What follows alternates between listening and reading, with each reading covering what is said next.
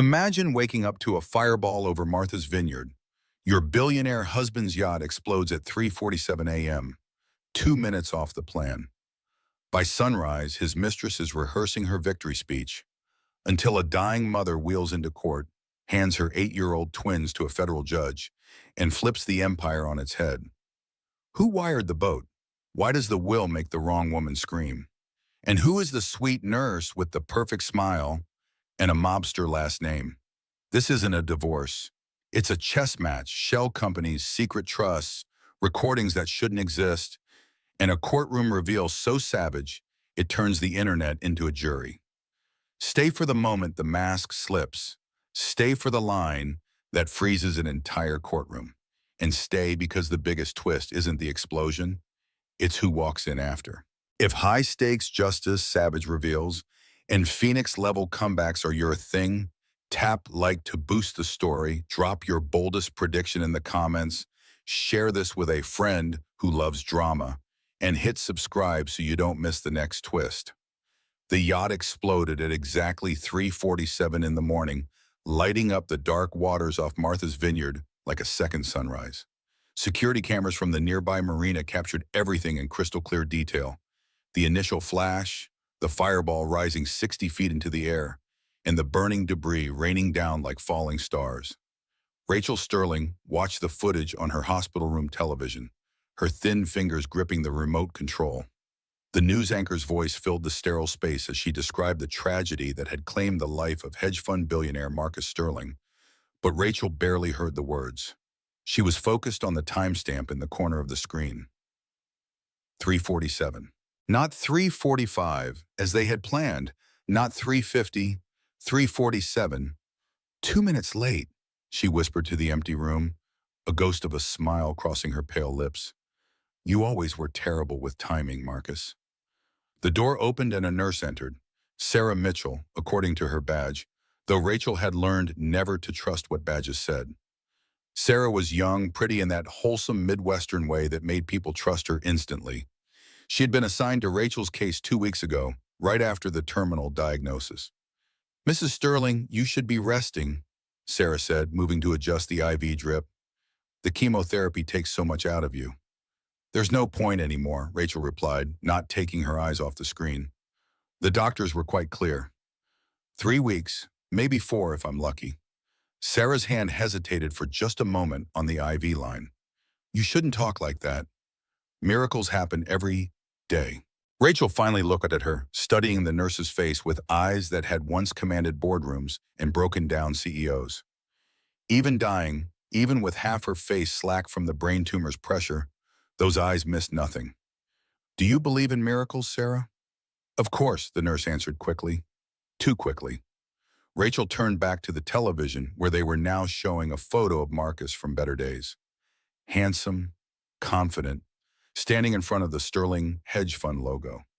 The photo was 3 years old, before the affairs became public, before the money started disappearing, before Rachel discovered what her husband really was. 3 months ago, everything had been different. 3 months ago, Rachel had been healthy, wealthy, and blindly devoted to a man she thought she knew. The memory of that day still burned fresh. Emma, her 8-year-old daughter, running up with her iPad, confused about why Mommy's picture was on someone else's Instagram. Except it wasn't Mommy's picture. It was Victoria Cross, Marcus's 32-year-old assistant, accidentally logged into her account on Emma's device. An account filled with photos from Rachel's own bedroom, wearing Rachel's jewelry, posing in places Rachel recognized all too well. Mrs. Sterling? Sarah's voice cut through the memory. Your children are here to see you. The door opened again and 2 small figures entered. Emma and Jackson, 8-year-old twins, though you'd never know they were related at first glance. Emma had inherited Rachel's sharp features and dark hair, while Jackson was all Marcus, blonde, blue-eyed, with that same dimpled smile that had once made Rachel fall in love. Mommy! Emma ran forward but stopped short of the bed, her young face uncertain. The machines, the tubes, the way her mother looked, it was all too much for an 8-year-old to process. Come here, my loves, Rachel said, forcing strength into her voice. She opened her arms and both children carefully climbed onto the bed, mindful of the wires and tubes. Daddy's boat exploded, Jackson said quietly. It's on the news. I know, baby. Is he really gone? Emma asked. And Rachel heard something in her daughter's voice that broke her heart. Not sadness, relief. Emma had seen more than any child should. She had been there when Marcus served the divorce papers, his lawyers flanking him like soldiers, while Rachel vomited from her first round of chemotherapy. She had heard him laugh when Rachel begged him not to take the children. She had watched him leave with them anyway. Yes, Rachel said simply. He's gone. The door burst open and Victoria Cross entered like a hurricane in designer heels. Even at 7 in the morning, she was perfectly put together. Blonde hair styled, makeup flawless, wearing a black dress that probably cost more than most people's monthly salary. The grieving girlfriend, already dressed for the part. Get them out, Victoria snapped at Sarah. I need to speak with Rachel, alone. Sarah looked at Rachel, who nodded slowly. Take them to the cafeteria, she said. Get them some breakfast. Emma clung tighter. I don't want to leave you, Mommy. I'll be fine, sweetheart. Go with Miss Sarah. After the children left, Victoria closed the door and leaned against it, her practiced grief evaporating instantly. You did this, she hissed. Rachel's laugh was barely a breath. I'm dying in a hospital bed. How exactly did I blow up a yacht? Don't play games with me. Marcus told me all about you. How controlling you were. How you monitored everything. You had him killed. Interesting theory, Rachel said calmly. Do you have any proof? Victoria's eyes narrowed. I don't need proof. I have his will. Everything goes to me, the houses, the cars, the company shares. Your precious children get nothing, and neither do you. The reading was scheduled for 10 o'clock the next morning, conducted via Zoom due to what the lawyer called COVID protocols, though Rachel suspected it was more about Victoria not wanting to be in the same room with her. Rachel had been wheeled into a hospital conference room, looking even frailer than the day before. The cancer was aggressive, the doctor said. The tumor was pressing on parts of her brain that controlled motor function. Her left side was already weak, and it would only get worse. On the laptop screen, she could see Victoria sitting in what used to be Rachel's home office, surrounded by Marcus's legal team.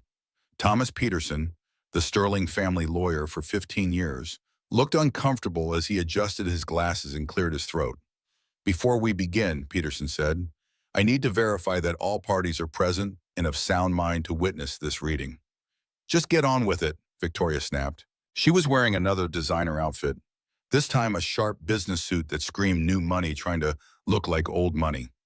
Peterson began reading the dense legal language, but the meaning was clear enough. A few token donations to charity, small bequests to distant relatives, and then the meat of it.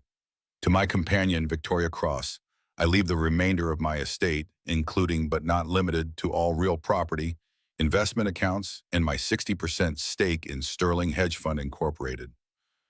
Victoria's smile was radiant. 60%. That's controlling interest. There's one more item, Peterson continued, looking even more uncomfortable. Regarding Mrs. Rachel Sterling. Rachel kept her face neutral, though she knew what was coming. To my wife, Rachel, in recognition of our years together, I leave an annual allowance of $25,000 for the remainder of her natural life. The insult was calculated. $25,000 wouldn't even cover a month of the children's school tuition. It was Marcus's final slap, delivered from beyond the grave. Which won't be long, Victoria added with false sympathy. Such a tragedy. The children losing both parents so close together. The children aren't losing both parents, Rachel said quietly. Victoria laughed. What are you going to do, parent from the grave? You'll be dead in 3 weeks, and then they become wards of the state, unless... She paused, pretending to think. I suppose I could take them in. Marcus would have wanted that. The lie was so bold, it took Rachel's breath away. Victoria had made her feelings about the children crystal clear. She saw them as burdens, complications to be dealt with. Actually, Rachel said, I've already made arrangements for their care. With who? You have no family. Marcus's family cut ties years ago. Rachel smiled then, the first genuine smile she'd worn in months. You'll see. After the call ended, Rachel asked to be taken back to her room. Sarah was waiting there, and something in her posture had changed. She seemed tenser, watchful. How did it go? Sarah asked, helping Rachel back into bed. Exactly as expected. I'm sorry, this must be so hard for you. Rachel studied the young woman's face again. Tell me, Sarah, do you have any siblings? The question caught the nurse off guard. Yes, an older brother. Are you close?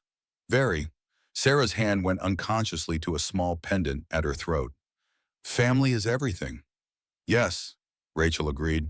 It is. That afternoon, Rachel made a phone call that would change everything. She had been saving this number, holding it in reserve like a chess player protecting their queen. Margaret Thompson, now a federal judge, had been her roommate at Harvard 25 years ago. They'd lost touch after graduation. Margaret went into law, Rachel into tech, but some bonds transcended time. Rachel? Margaret's voice was warm but concerned. My God, I heard about Marcus. I need your help, Maggie. Anything. I need you to take my children. The silence stretched for several heartbeats. Then Margaret said, tell me everything. Rachel had 48 hours to execute her plan, and she used every minute with the precision of a military strategist. From her hospital bed, she orchestrated a symphony of legal maneuvers that would have impressed her old colleagues at the tech company she'd built and sold before marrying Marcus. People always assumed Marcus had been the genius in their relationship. After all, he was the one with the hedge fund, the one whose name appeared in the Wall Street Journal. But Rachel had been a force in her own right once, before love made her foolish enough to trust the wrong man. Derek Morrison, the private investigator she'd hired 3 months ago when she first discovered the affair, arrived at the hospital dressed as a chaplain. It was Sarah who led him to Rachel's room, and that should have been Rachel's first warning. Visitors needed to check in at the desk, not be escorted by nurses. Mrs. Sterling, Derek said, pulling a chair close to her bed and speaking in a low voice. I found what you asked for. He handed her a tablet, already open to a series of documents, financial records, cryptocurrency transactions, a web of shell companies that all led back to one person, Victoria Cross. She's been stealing from Marcus for 2 years, Derek explained, funneling money through crypto exchanges, using it to fund what she calls her influence business, but what's actually a sophisticated money laundering operation. Rachel scrolled through the evidence, her weak fingers struggling with the screen. What about her past? That's where it gets interesting. Derek pulled up another file. Victoria Cross didn't exist until 3 years ago. Before that, she was Vittoria Benedetto, married to a man named Tony Benedetto. He's connected, not made man connected, but close enough. Runs crypto scams for the Newark family. And the husband? Supposedly they divorced, but I couldn't find any papers. What I did find was interesting. Tony took out a $5 million life insurance policy on Marcus 6 months ago. Rachel's eyes sharpened. He knew Marcus? Officially? No, but Tony's been in and out of Miami a lot lately. And guess who Victoria's been calling every night after Marcus goes to sleep? The pieces clicked into place with horrible clarity. Victoria wasn't just Marcus's mistress. She was bait, placed there by her husband to get close to the money. And when Marcus outlived his usefulness, the yacht, Rachel whispered.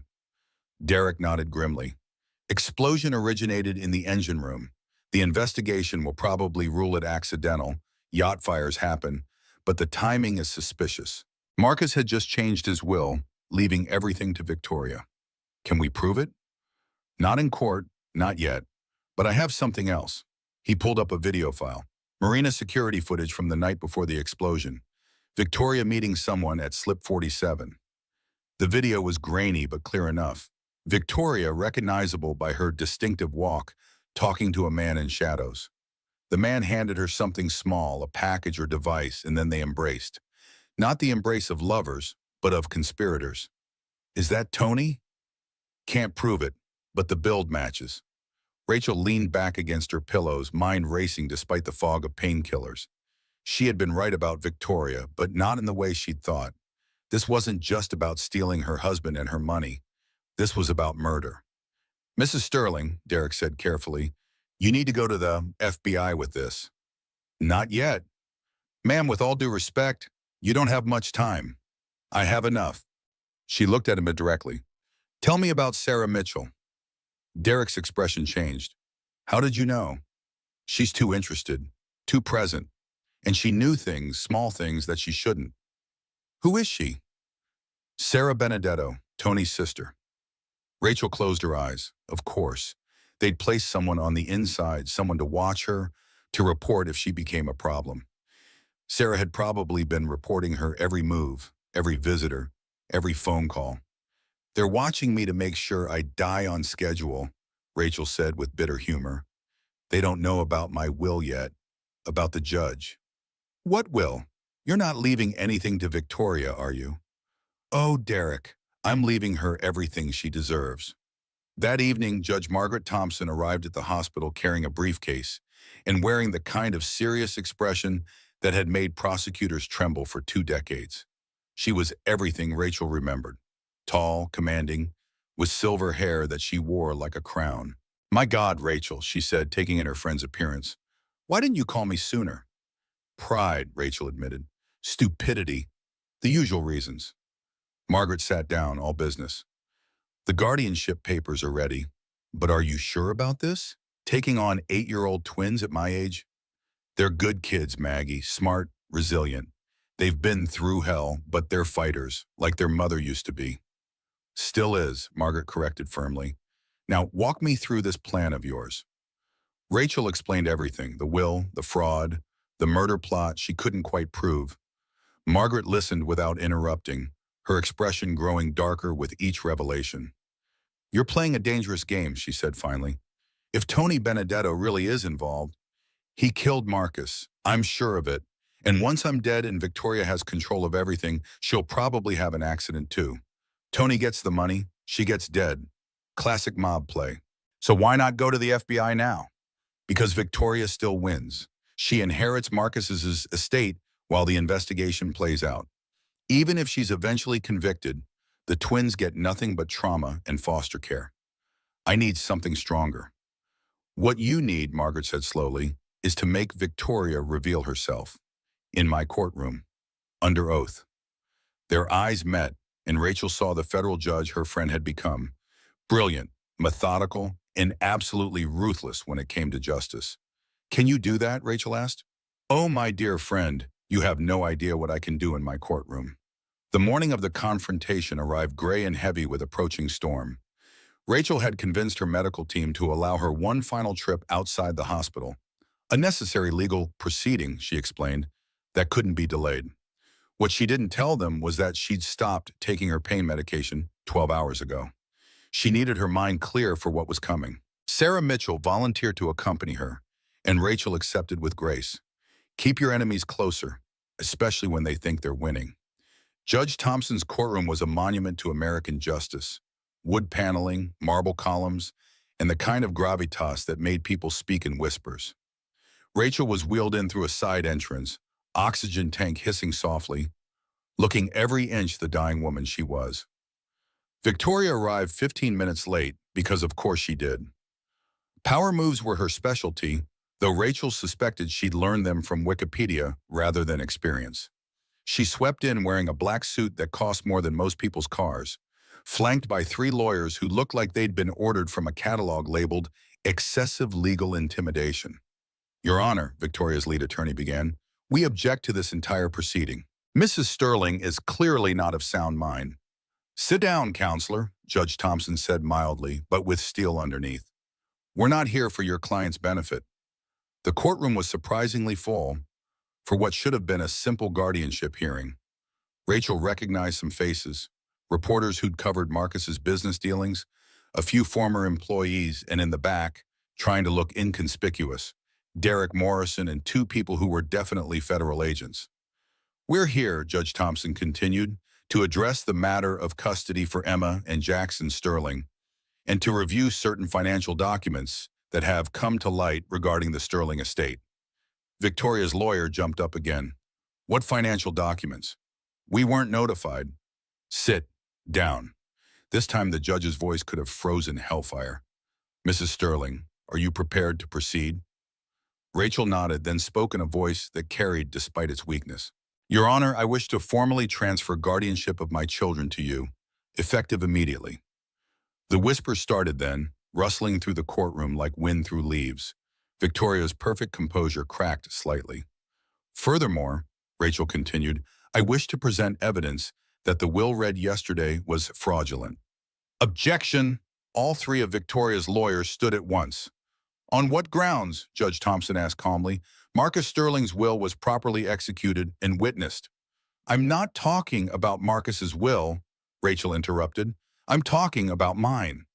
The confusion on Victoria's face was almost worth everything, almost worth dying for.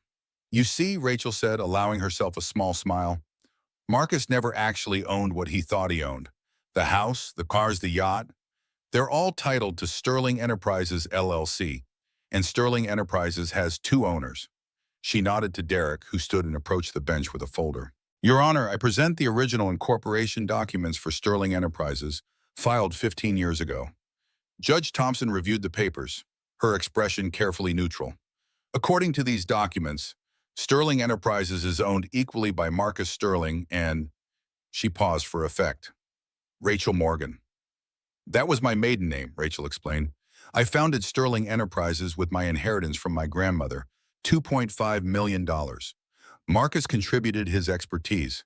We were equal partners. Victoria shot to her feet. That's impossible. Marcus owned everything. Did he, Rachel asked mildly. Did you ever see the corporate documents? Or did you just take his word for it? The truth was elegant in its simplicity. Rachel had kept her 50% ownership quiet for 15 years, letting Marcus be the face of the company while she raised their children. It had been their agreement. He would run the business, she would run the family. But she'd never signed away her shares, never transferred ownership. The corporate documents had been sitting in a safety deposit box under her maiden name, waiting. This is ridiculous, Victoria sputtered. Even if this is true, Marcus's will still leaves his 50% to me. Yes, it does, Rachel agreed. Congratulations. You're my new business partner. The horror dawning on Victoria's face was beautiful. She'd inherited half of a company where the other half was owned by the dying woman she'd tried to destroy. And when Rachel died, my will, Rachel continued, leaves my 50% stake to a trust for Emma and Jackson, managed by Judge Thompson, until they turned 25. Victoria's scream of rage echoed through the courtroom exactly as Rachel had imagined it would. But then something happened that Rachel hadn't planned. Sarah Mitchell stood up from her seat in the gallery. I have something to say, she announced. Sarah Mitchell walked forward with the confidence of someone holding a loaded gun, which, metaphorically speaking, she was. Rachel watched her approach, calculating rapidly. This wasn't part of the plan, but Rachel had learned long ago that the best strategists adapted to chaos. Your Honor, Sarah said, my name isn't Sarah Mitchell, it's Sarah Benedetto. Tony Benedetto is my brother. The courtroom erupted. Judge Thompson hammered her gavel repeatedly while the federal agents in the back moved closer to the exits, hands drifting toward their weapons. Victoria had gone pale, her perfectly painted lips forming a silent no. I was placed in the hospital to watch Mrs. Sterling, Sarah continued, her voice steady, to make sure she didn't interfere with our plans. Sarah, shut up, Victoria hissed. Our plans? Judge Thompson asked sharply. Are you making a confession, Miss Benedetto? Sarah turned to look at Rachel, and in her eyes was something unexpected. Respect. Mrs. Sterling knew who I was. She's known for days. She could have had me arrested, but she didn't. She kept me close, talked to me, treated me like, she paused, swallowing hard, like a human being, even knowing I was there to spy on her. Rachel said nothing, but she nodded slightly. Sometimes the greatest weapon was kindness, deployed strategically. Your brother killed Marcus Sterling? Judge Thompson asked. No, Sarah said, then looked directly at Victoria. She did. The silence that followed was absolute. Even the storm outside seemed to pause. You lying witch, Victoria shrieked, lunging forward before her lawyers restrained her. Sarah pulled out her phone. I have recordings. Every night she called Tony. Not to plan Marcus's death, that was already done. To plan Mrs. Sterling's. She hit play, and Victoria's voice filled the courtroom, tinny but unmistakable. The cancer's not working fast enough. We need her dead before she figures out the corporate structure. Can't you just increase her morphine, make it look like an overdose? Then Tony's voice. Too risky. The judge thing complicates everything. We stick to the plan. She dies naturally, you inherit. Then we transfer everything offshore. And if she doesn't die naturally, then we help nature along. Judge Thompson looked at the federal agents. I believe you gentlemen have heard enough. They were already moving, one speaking rapidly into his phone, while another approached Victoria with handcuffs. But Victoria had one more card to play. Emma, Jackson, she screamed suddenly. Your daddy loved me. He wanted me to take care of you. The doors burst open and the twins ran in, having escaped from wherever they'd been waiting. They stopped in the middle of the aisle, confused and frightened by the chaos. Victoria broke free from her lawyers and ran toward them. Come with me, sweethearts. Come with Victoria. No. Emma's voice was small but firm. She stepped in front of her brother protectively. You're mean. You made Daddy meaner, and you hurt Mommy. I saw you, Emma said simply, on the iPad, talking about the medicine, about making Mommy sicker. Rachel's heart broke and soared simultaneously. Her daughter, 8 years old, carrying such terrible knowledge with such dignity. The federal agents reached Victoria then, pulling her hands behind her back as they read her rights. She was still screaming about frame jobs and conspiracies and how this was all Rachel's plan when they dragged her out. Sarah Benedetto stood alone in the center of the courtroom, looking lost. Ms. Benedetto, Judge Thompson said, not unkindly, you're going to need to make a full statement to the FBI. I know. Sarah looked at Rachel one more time. I'm sorry for everything. I know, Rachel said softly. That's why I didn't turn you in. Everyone deserves a chance at redemption. As Sarah was led away by the agents, Rachel felt the exhaustion hit her like a physical blow. The adrenaline that had kept her upright was fading, and the pain was returning with vengeance. Mommy? Jackson was at her side, his small hand in hers. I'm okay, baby. But she wasn't. Judge Thompson saw it immediately and called for medical assistance. As the EMTs rushed in, Rachel grabbed Margaret's hand. The papers, she gasped. The guardianship. Already signed and filed, Margaret assured her. They're safe, Rachel. I promise you. They're safe. As the world started to fade around the edges, Rachel heard Emma's voice, fierce and clear. My mommy's a superhero. She saved us. Yes, Rachel thought as darkness claimed her. Yes, I did. Rachel didn't die that day in the courtroom, though she came close. The doctors later said it was pure will that kept her heart beating during the 40-minute ambulance ride back to the hospital. Will, and perhaps the knowledge that her work wasn't quite done. She woke 3 days later to find Marcus sitting in the chair beside her bed. For a moment where Rachel thought she was dead or hallucinating. Then she noticed the small details. The beard he'd never worn before, the baseball cap pulled low, the way he kept glancing at the door. Hello, darling, he said with that familiar crooked smile that had once made her fall in love. You son of a... Rachel's voice was barely a whisper, but the venom was clear.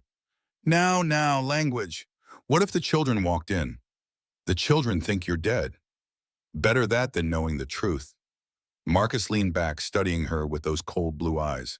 You played it perfectly, by the way. Victoria never suspected you knew about my survival. This was the final secret, the one Rachel had kept even from Derek Morrison. She'd known Marcus was alive because he'd told her, in a letter delivered by a lawyer 2 days after the yacht explosion. The letter had been brief, play your part, and the children get everything, betray me, and you all get nothing. Why, Rachel asked. Why fake your death? The FBI was closing in, the real FBI, not those locals Victoria was dealing with. Turns out stealing from pension funds is seriously frowned upon. Who knew? He shrugged casually as if he hadn't destroyed thousands of lives. It was fake my death or spend 30 years in federal prison. So you made a deal.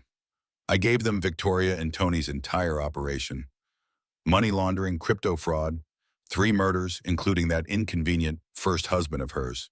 In exchange, I get witness protection and a new identity. And the children, they get to grow up thinking their father is dead? Marcus's expression didn't change. They get a $50 million trust fund and a hero mother who saved them from an evil stepmother. Better story than Daddy's a criminal who fled the country, don't you think? Rachel wanted to argue, but she could feel her strength fading. Victoria really tried to kill you? Oh yes, Tony's idea, though she was eager enough. The original plan was for me to actually die on that yacht. But the FBI needed me alive to testify, so we staged it. Let Victoria think she'd won. And then I ruined everything by revealing the corporate structure. Marcus actually laughed. Ruined? Rachel, you made it perfect. Victoria's going away for attempted murder and fraud. Tony's getting life for the 3 bodies they found in Newark. And you, he paused, something almost like respect in his eyes. You get to die a hero. I'm not dead yet. No, but soon. The doctors told me. Days, maybe a week. He stood, adjusting his cap. I wanted to see you one last time. To thank you. Thank me? For keeping your promise. For not revealing I was alive. For giving our children a better story than the truth. Rachel watched him move toward the door. Marcus, he paused. The children aren't stupid. Someday they'll figure it out. Maybe, but by then they'll understand why the lie was kinder. He looked back at her one last time. Goodbye, Rachel. You were always too good for me. After he left, Rachel lay in the dark, processing everything. The man she'd loved, the man she'd mourned even while hating him, was alive. He was a coward and a criminal, but he was alive. And he was right about one thing. The children were better off without him. Judge Thompson visited the next morning with Emma and Jackson. The twins had been staying with her for the past 3 days, and already they looked healthier, happier. Margaret had that effect on people. She made them feel safe. Mommy, Aunt Maggie says we can get a do, Emma announced, bouncing on her toes. 2 dogs, Jackson corrected. 1 for each of us. Rachel smiled weakly. That sounds wonderful. Margaret sat down beside the bed while the children chattered about potential dog names. The trust is set up, she said quietly. $50 million from the corporate assets, plus another $20 million from the life insurance policies. Victoria can't touch any of it from federal prison. And Tony? Turnage states evidence against the Newark family to avoid the death penalty. He'll die in prison, just more slowly. They sat in comfortable silence for a moment, watching the children play. Then Margaret said, Derek Morrison found something interesting in Marcus's office. A letter, addressed to you. She handed Rachel an envelope. Inside was Marcus's handwriting, dated the day before the yacht explosion. Rachel, if you're reading this, then the plan worked and I'm dead. I know you'll hate me for this. Maybe you already do. But everything I built was always for them, for Emma and Jackson. The crimes, the lies, even loving Victoria, it was all to amass enough wealth to ensure they'd never want for anything. I know I'm a terrible husband and a worse father, but I wanted to leave them something more than my failures. Take care of them. You were always the better parent. Forever your mistake, Marcus. Rachel crumpled the letter slowly. Even in his confession, Marcus couldn't help but make himself the victim. But it didn't matter anymore. The children were safe, provided for, and most importantly, they were free of their father's toxic influence. Mommy? Emma had come over, concern on her young face. Are you crying? Rachel hadn't realized she was. Happy tears, sweetheart. Because we won. Rachel pulled her daughter close, breathing in the scent of her strawberry shampoo. Yes, baby, we won. 2 days before Rachel Sterling drew her last breath, Tony Benedetto made his move from federal prison. The call came at 3 in the morning, routing through several illegal cell phones before reaching its destination. The man who answered was known only as Chicago, though he hadn't been to that city in 15 years. It's time, Tony said simply. The wife is almost gone. The kids are with that judge. Clean them all up. What Tony didn't know was that every call from federal prison was monitored, even the illegal ones. Within minutes, FBI agents were mobilizing, and Judge Margaret Thompson's phone was ringing. Get the children and get out, the agent said without preamble. Now. Margaret didn't ask questions. She'd been a judge long enough to recognize true urgency. She woke Emma and Jackson, told them they were going on an adventure, and had them in her car within 10 minutes. They were pulling out of the garage when the first van appeared at the end of the street. Aunt Maggie, Emma said quietly, those men look scary. Margaret's hands tightened on the wheel as she saw 3 men getting out of the van, all wearing dark clothes, all moving with a professional purpose toward her house. Hold on, sweethearts. She threw the car in reverse, tires screaming as she executed a perfect J-turn that would have impressed her defensive driving instructor. The men shouted and ran back to their van, but Margaret had already turned the corner, her 10-year-old sedan suddenly performing like a race car. Are we in trouble? Jackson asked, his voice small. No, honey, but we're going to visit Mommy right now. She called the FBI while driving, her judge's authority cutting through bureaucracy like a hot knife. Within minutes, hospital security was locked down, and Rachel's floor was swarming with federal agents. Rachel was awake when they arrived, as if some maternal instinct had warned her that her children were in danger. She was sitting up despite the protests of her nurses, her eyes sharp and alert. They're coming, Margaret said simply as she ushered the children into the room. I know. Rachel's voice was barely a whisper, but it carried steel. I've been expecting this. She had actually been expecting it since the moment Tony was arrested. Men like Tony Benedetto didn't go down quietly. They thrashed, they schemed, and they took revenge on anyone they could reach. She'd hoped her impending death would satisfy him, but apparently he wanted to send a message to anyone who might cross him in the future. Entire families could disappear. The FBI agent in charge, a serious woman named Director Hayes, took control of the situation with remarkable efficiency. We have 6 men in custody from the attempted breach at Judge Thompson's residence, she reported. But our intelligence suggests this was just the first wave. Tony's put a $5 million bounty on your family, Mrs. Sterling. $5 million? Rachel almost laughing. He's using my own money to try to kill us. Emma and Jackson were huddled on the bed with her, trying to be brave but clearly terrified. Rachel stroked their hair, drawing strength from somewhere deep inside. Director Hayes, she said, I need to make a phone call. Mrs. Sterling, I don't think... Trust me. The call she made was to a number she'd memorized but never used. It rang twice before a familiar voice answered. Hello, darling, Marcus said. Your children are in danger. The silence on the other end stretched for several seconds. Explain. Rachel did, quickly and efficiently. When she finished, Marcus said something that surprised her. I'll handle it. Marcus, you're in witness protection.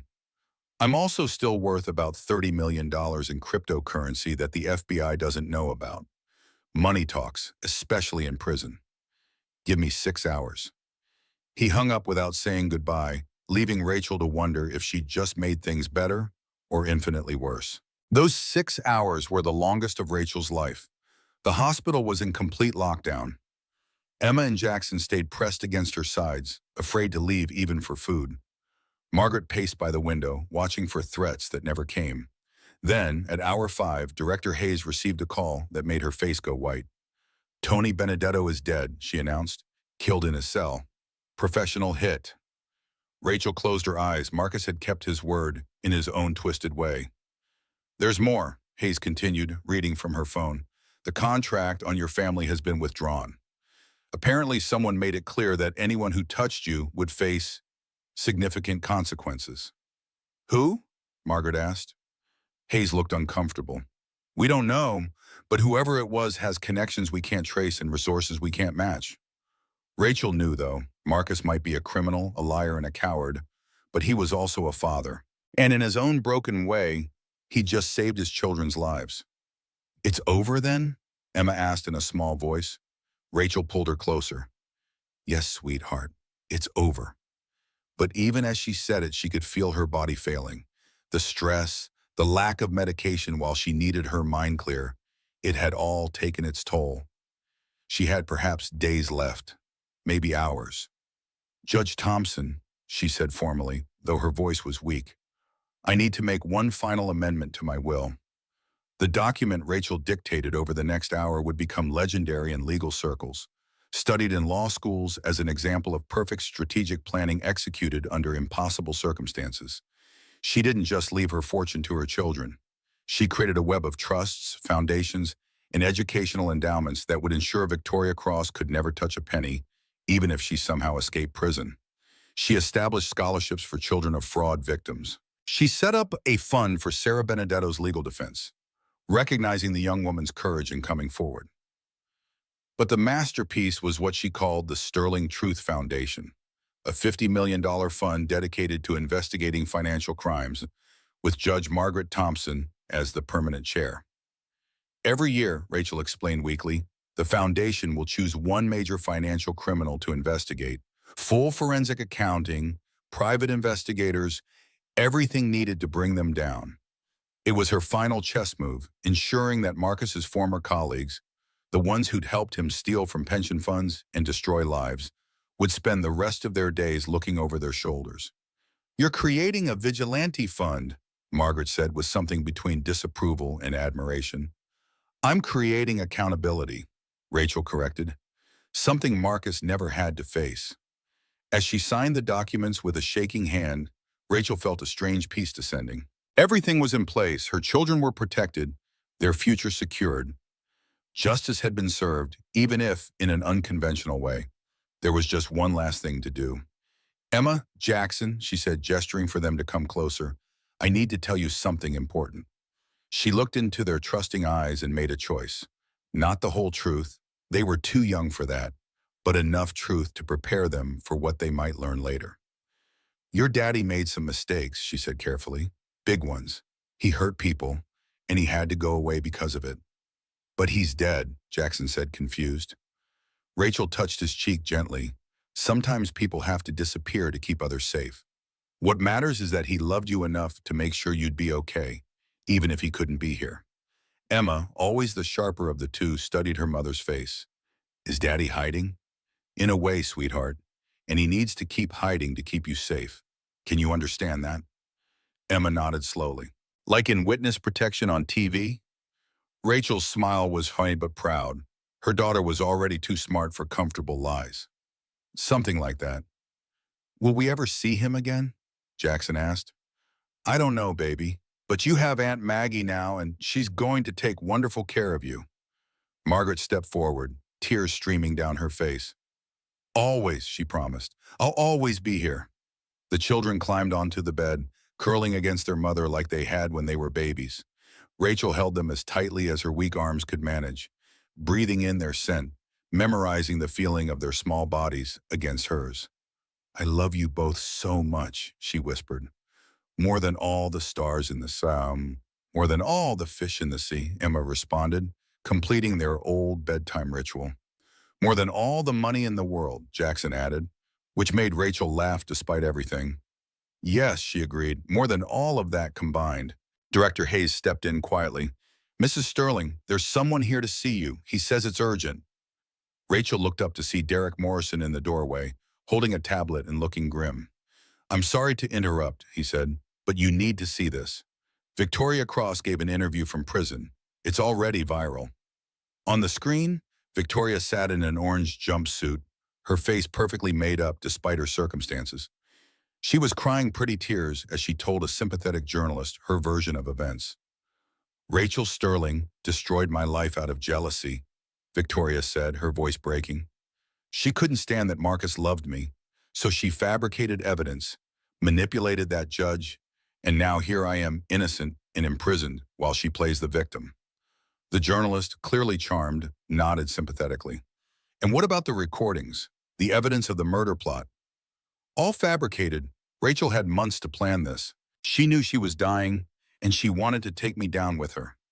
The real victim here is those poor children being raised by a corrupt judge who participated in this conspiracy." Rachel felt Emma tense beside her. "She's lying." "I know, sweetheart." "The interview is gaining traction," Derek said apologetically. 3 million views already. Some people are actually believing her." Rachel looked at the screen, at Victoria's performance, and made her final decision. "Derek, are you recording?" "Always," he said, pulling out his phone.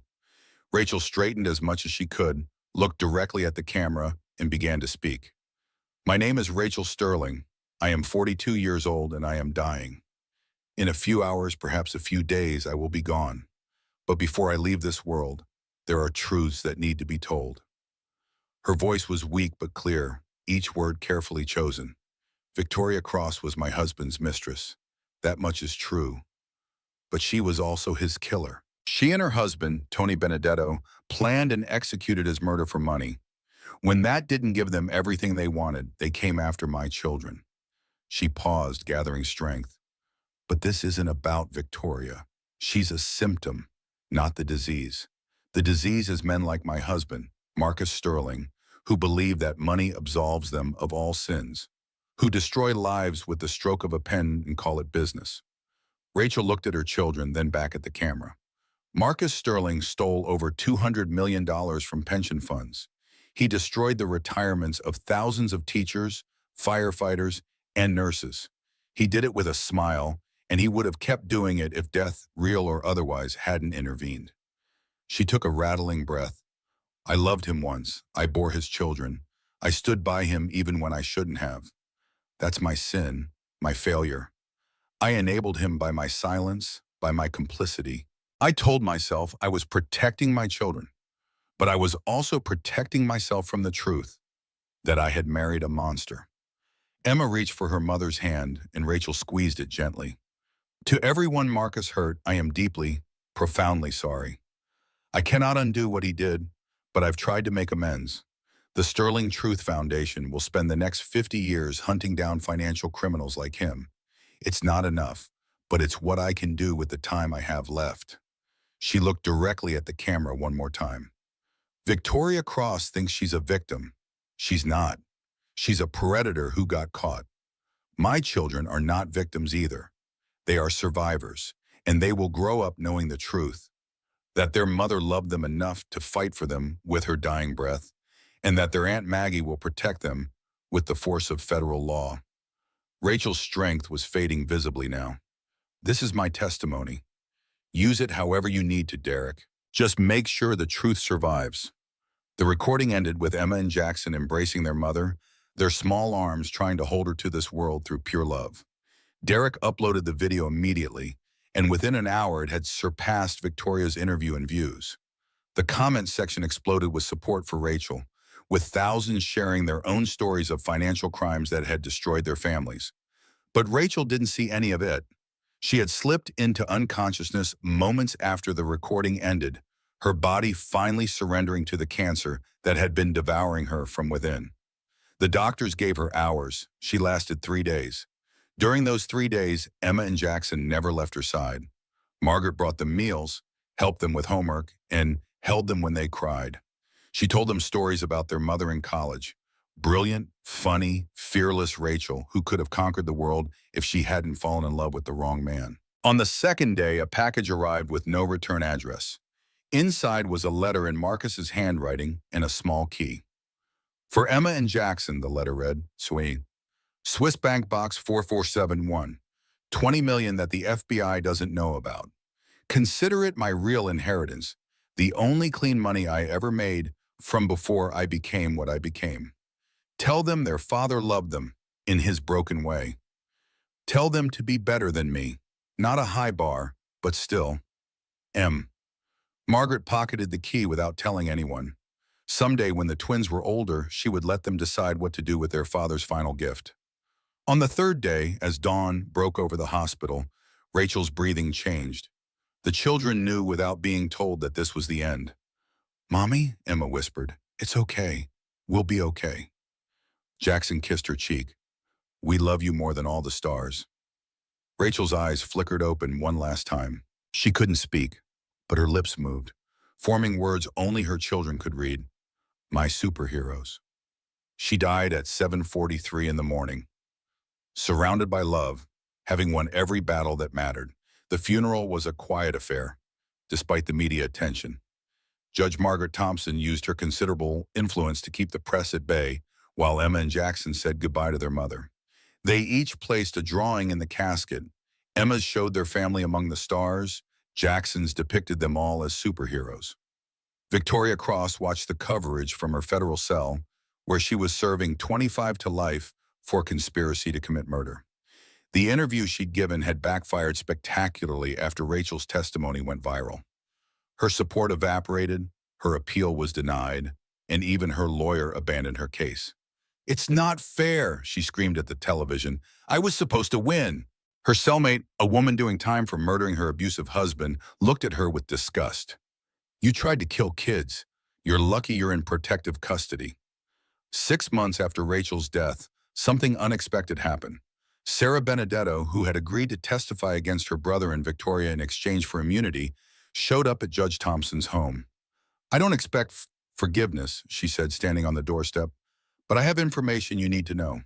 She revealed that Tony had hidden millions in cryptocurrency, and she had the keys.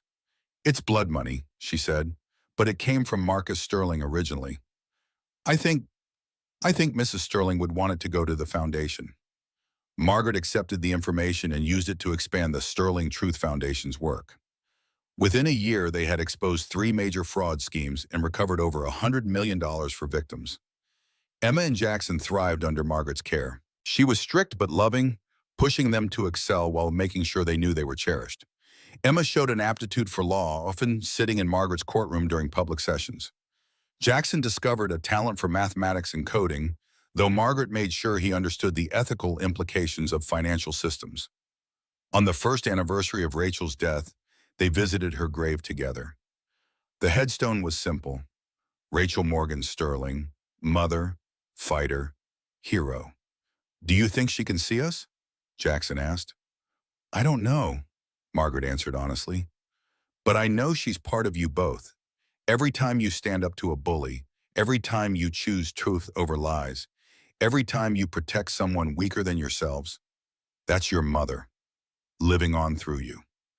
Emma placed fresh flowers on the grave. "We got our dogs, Mom, just like you said we could." Jackson named his rocket. "Mine's called Justice." She would have laughed at that, Margaret said, smiling despite her tears. As they walked back to the car, Emma asked the question Margaret had been dreading.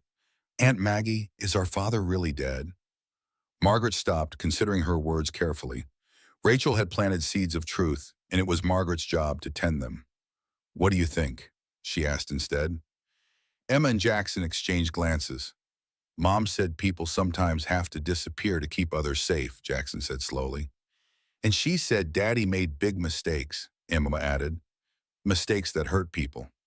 "If he were alive," Margaret said carefully, "but had to hide forever to keep you safe, how would you feel about that?"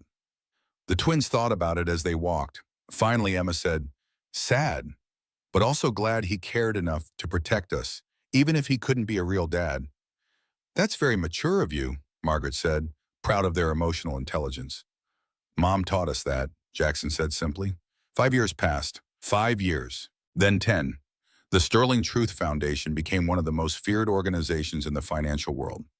Criminals who had thought themselves untouchable found themselves exposed, arrested, and imprisoned. Rachel's dying wish had become a living legacy. Emma graduated from Harvard Law at 22, the youngest in her class. Her thesis on financial crime and victim restitution won national awards. Jackson got his PhD in computer science from MIT, specializing in forensic accounting algorithms that could detect fraud patterns invisible to human investigators. On what would have been Rachel's 53rd birthday, they received a package. No return address, but the handwriting was familiar to Margaret. Inside was a photograph. Marcus Sterling, clearly alive, much older, standing on a beach somewhere tropical. On the back, he'd written, "Your mother was right. You became better than me. I'm proud of you both. Stay away. Stay safe. Be happy." Emma looked at the photo for a long moment, then handed it to Jackson. "What do you want to do?" Jackson studied their father's aged face. What Mom would do, the right thing.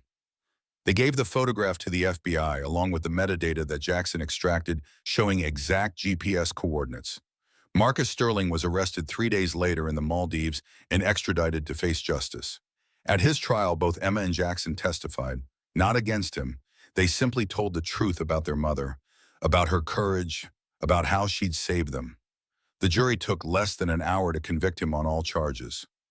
As he was led away in handcuffs, Marcus looked at his children one last time. Emma and Jackson stood tall, holding hands, looking like Rachel in their determination and strength. "Your mother would be proud," he said. "We know," Emma replied. The last chapter of the Sterling family saga made headlines worldwide. But for Emma and Jackson, it was simply closure. Their mother had started the work of justice, and they had finished it. That night, they visited Rachel's grave one more time. The cemetery was quiet, stars bright overhead.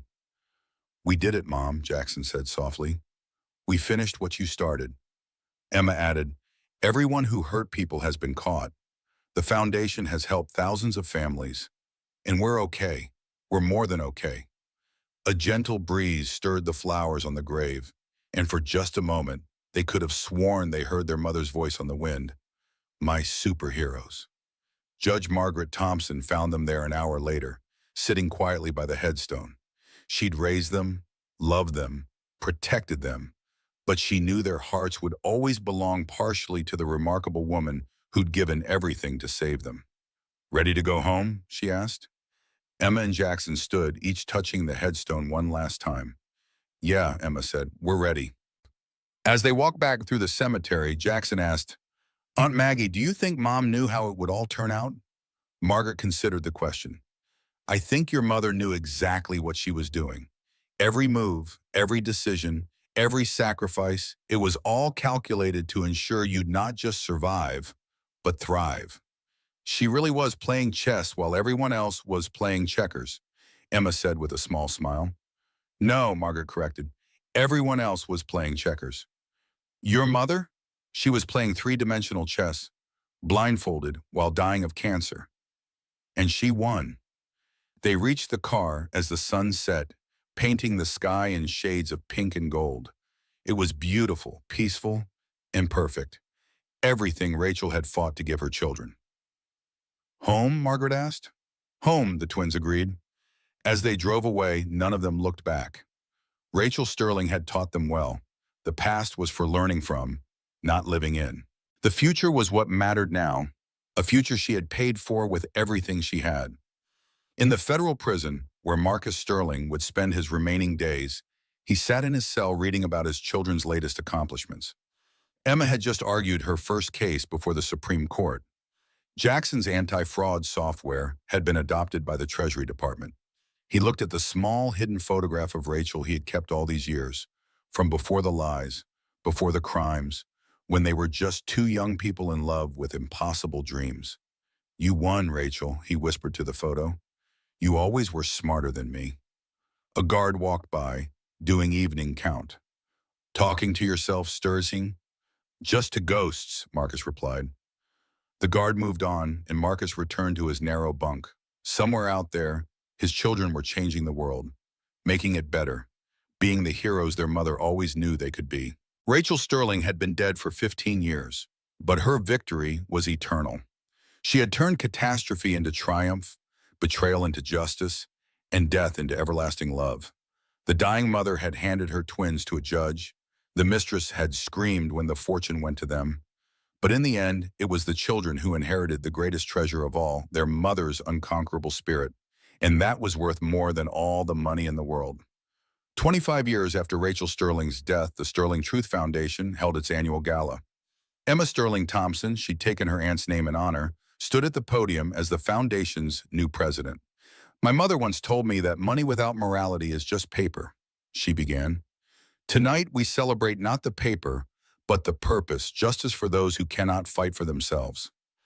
In the audience, Jackson Sterling watched his sister with pride. His forensic accounting firm had just uncovered the largest Medicare fraud in history.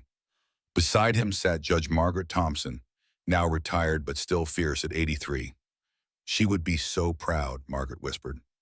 "She is," Jackson replied with certainty.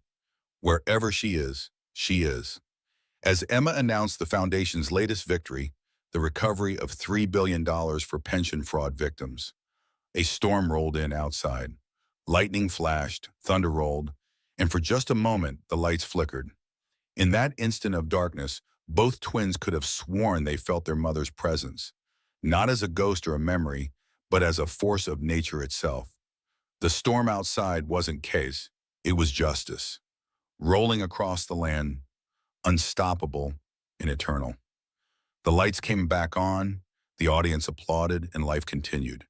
But Emma and Jackson knew the truth. Their mother had never really left them. She lived on in every criminal exposed, every victim made whole, every child protected from those who would do them harm.